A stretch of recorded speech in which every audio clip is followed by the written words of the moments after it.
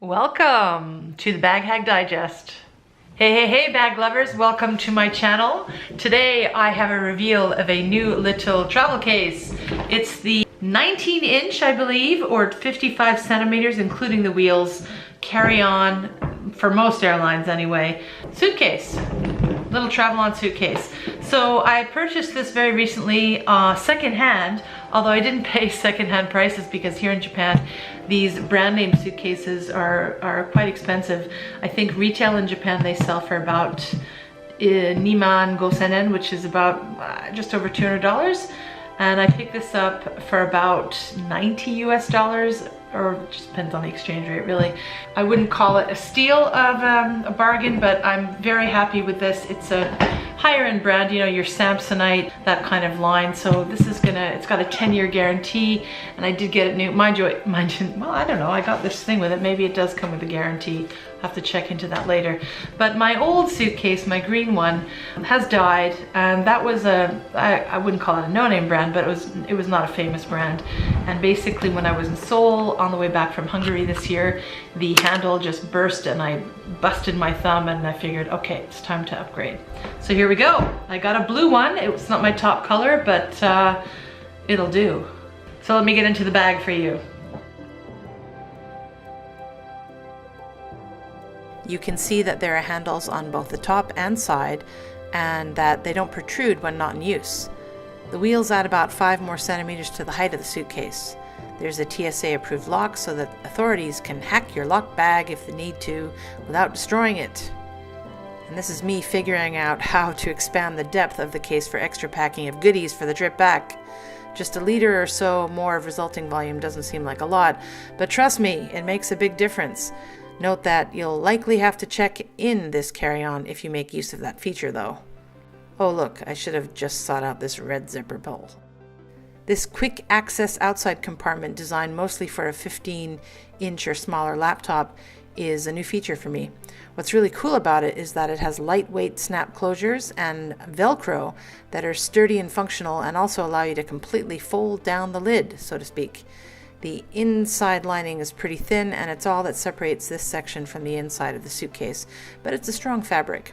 There is also a zippered section where I'd probably store computer accessories if using this compartment for my laptop. There's padding for both front and back of your laptop on the side lid, and you can add bits and bobs in the middle too, perhaps a hat, scarf, and gloves that you don't have room for in your personal item. Obviously, if I check in the suitcase, I won't store my laptop there. I've seen the way some airlines handle suitcases, and it's not pretty. I like this built-in little case for the middle section, which means you always know where certain things are and don't need to worry about misplacing it or leaving it somewhere. I'd probably put miscellaneous electronic items here. One side has the zippered section that acts as built-in compression.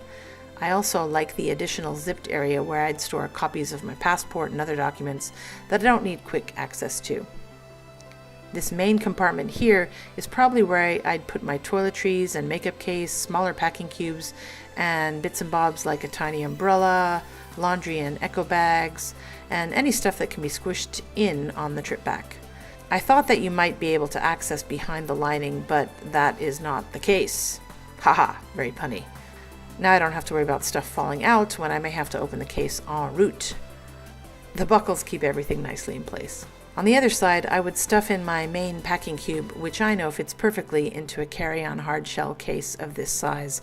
Again, I like the lightweight strap and buckle that help both compress your stuff and keep things from moving around.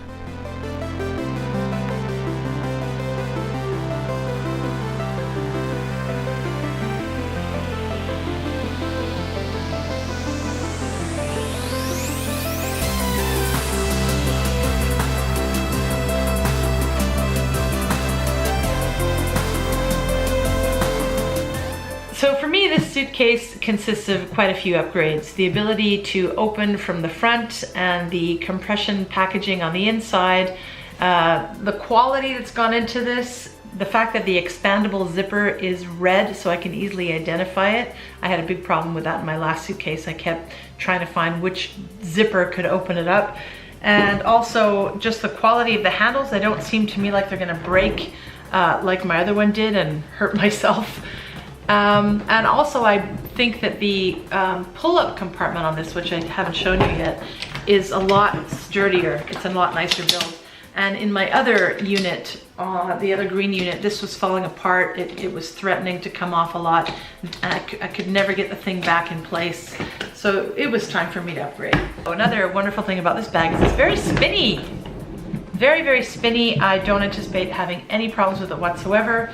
One other thing I'm going to be upgrading in the future also is my personal item if I do take this carry-on. And even if I do check it in, I would like my carry-on and or personal item to be able to slide into the top compartment. You know how they have those tote bags that you can put on top and they just slide on top of this part here? There's something built in that allows that.